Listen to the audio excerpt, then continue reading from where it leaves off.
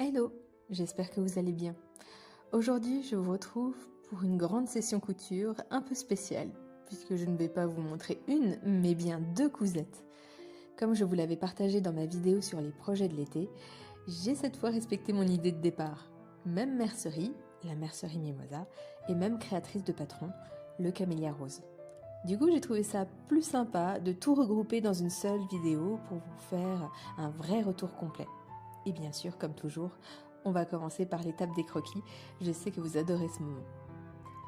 Derrière cette marque de patron fleuri se cache Florence, une passionnée de couture à l'univers romantique et aux coupes féminines. Chacun de ces patrons a de jolis détails qui donnent un effet waouh aux cousettes. J'ai déjà cousu la blouse Iris il y a fort longtemps. Ça devait faire 1 an que je m'étais mise à la couture, donc j'ai un peu oublié le ressenti que j'ai eu en la cousant. Mais je porte très souvent cette blouse, qui n'a pas bougé ces dernières années, donc c'est l'occasion de voir, avec mes années d'expérience et mon regard un peu plus affûté sur les instructions, si le patron est vraiment à recommander.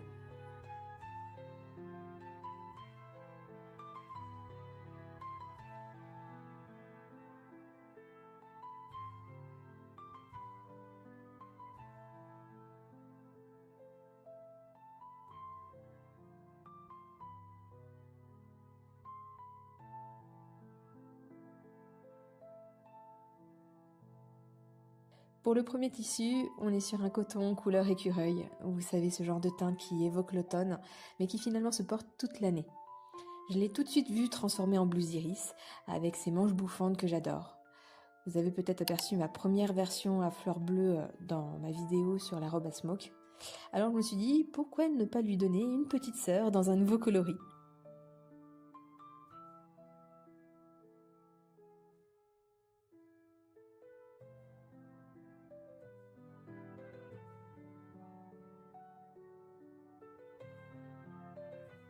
Et puis, deuxième coup de cœur, une viscose bleu clin avec de délicates fleurs. Et quand je l'ai vue, impossible de résister. C'est fluide, c'est léger, ça ne colle pas à la peau et en plus, pas transparent. Autant dire le combo parfait. Pour ce tissu, j'ai choisi un autre patron de Le Camélia Rose, la robe Jacinthe. C'est un patron plein de possibilités à tel point que j'ai passé un bon moment à hésiter sur la version. Mais heureusement, Instagram est là pour nous sauver de l'indécision. Finalement, je pars sur une robe avec un joli décolleté et une goutte dans le dos. Petite précision, je préfère une encolure carrée plutôt que cœur, ce qui est recommandé sur le patron, parce que l'arrondi a tendance à un peu bâiller sur moi. Et si le métrage me le permet, j'ai environ 3 mètres, fin de rouleau oblige, j'aimerais en faire une robe longue. Cet été, je me suis surprise à porter énormément de robes longues cousues main, alors qu'avant je n'osais pas à cause de ma petite taille. Comme quoi la couture, ce n'est pas que du loisir, c'est aussi une belle histoire de confiance en soi. Bref, j'ai hâte de me lancer dans ces deux projets, une blouse, une robe et surtout 2 nouvelles pièces fait main qui, je l'espère, rejoindront mes incontournables du quotidien.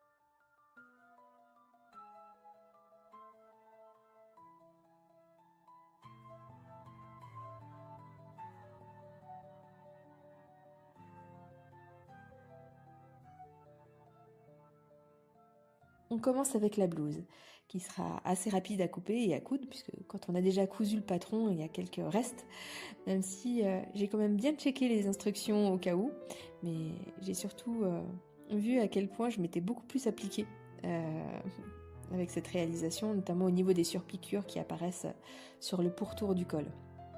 Le patron est très versatile, il vous propose de choisir entre 2 décolletés, un carré ou un cœur.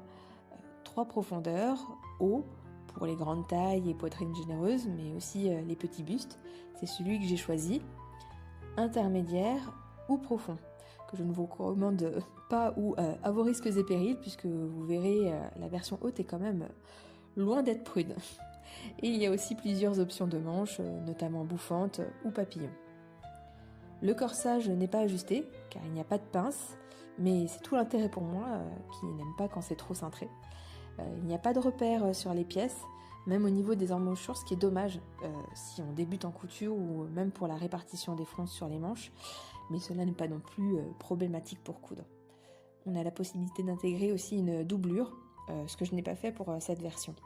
Mais lisez bien les instructions, comme dirait Mercotte dans Le Meilleur Pâtissier, car il est demandé de coudre 0,8 mm et non 1 cm comme cela se fait habituellement. Et j'ai d'ailleurs fait 2 cm de pâte de boulotonnage au lieu de 1 cm, et je me suis retrouvée à devoir découdre les empiècements devant et les côtés pour retrouver l'aisance qui me manquait sur la première version. Mais comme il y a peu de pièces, ça a été rapide à réaliser. Les explications restent assez détaillées selon moi, accompagnées de photos comme illustration. Et je n'ai fait aucune autre modification sur le modèle.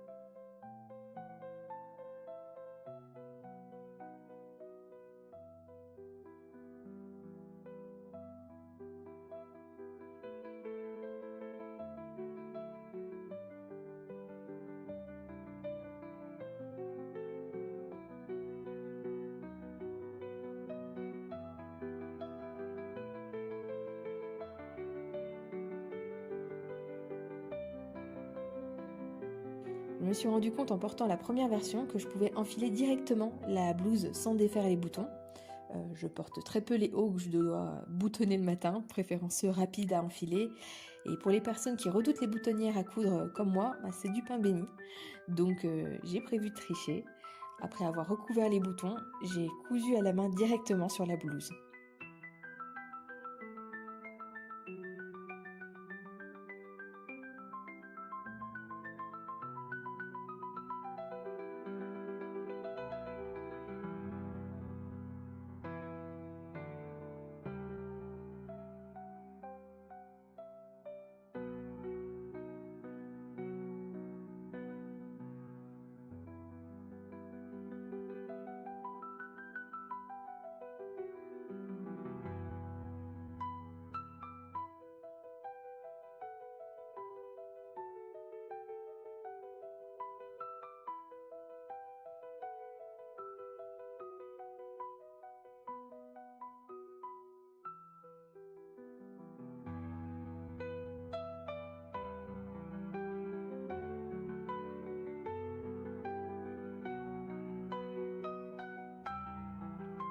Le résultat est comme je le voulais, pratique, élégant. Le décolleté et l'ampleur des manches sont juste comme il faut. Malgré quelques déboires, je suis fière d'arborer cette nouvelle cousette qui sera facile à porter au quotidien.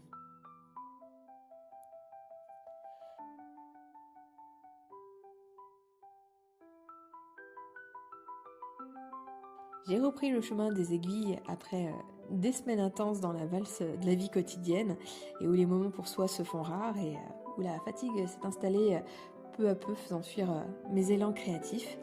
Et heureusement, la robe Jacinthe est parfaite pour remettre le pied à l'étrier. C'est le genre facile qui vous évite de vous énerver en pleine couture. Je n'ai pas vu énormément de modèles sur la toile et pourtant ce patron offre une multitude d'options qui nous fait rentabiliser votre achat. Presque comme un livre de couture condensé. On a des encolures multiples pour le devant ou le dos, avec gouttes fermées par bride, gouttes avec nœuds, et même un dos plein selon les envies. On peut rajouter des volants délicats qui peuvent orner le décolleté, les manches et même les poignets. Imaginez des manches papillons, bouffantes, longues, courtes, une jupe demi-cercle ou asymétrique, le tout dans un seul patron. Clairement, Jacinthe, c'est pour toutes celles qui aiment varier les styles, romantiques, bohème, voire rock. Tout dépend du tissu et des options qu'on choisit. Autre point non négligeable, pas de fermeture éclair et pas de boutonnière. Le rêve. Le patron s'adresse à toutes, des débutantes aux plus avancées, et le patron va de XS à XXL. Et le bonus, elle se coud assez rapidement. Moi qui suis assez lente, ça ne m'aura pris que 2 soirées et demie, mais j'ai vraiment pris mon temps pour avoir de jolies finitions, aussi bien à l'intérieur qu'à l'extérieur.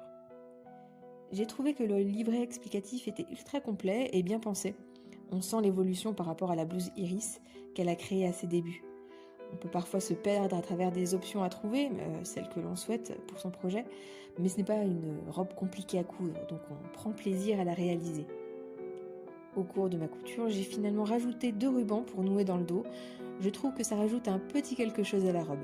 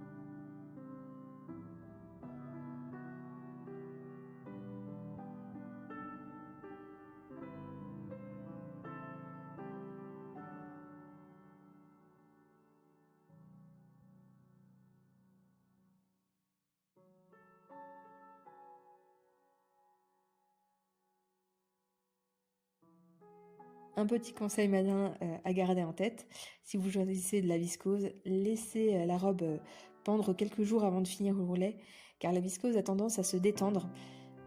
Et voilà une jolie robe qui tourne. J'ai rajouté des volants pour la rallonger et accentuer le côté bohème. Elle est hyper agréable à porter, quelles que soient les températures, avec des sandales ou des bottes et un gilet. J'ai déjà plusieurs versions en tête et j'ai bien l'intention de les réaliser prochainement, avec autant de plaisir que sur la première.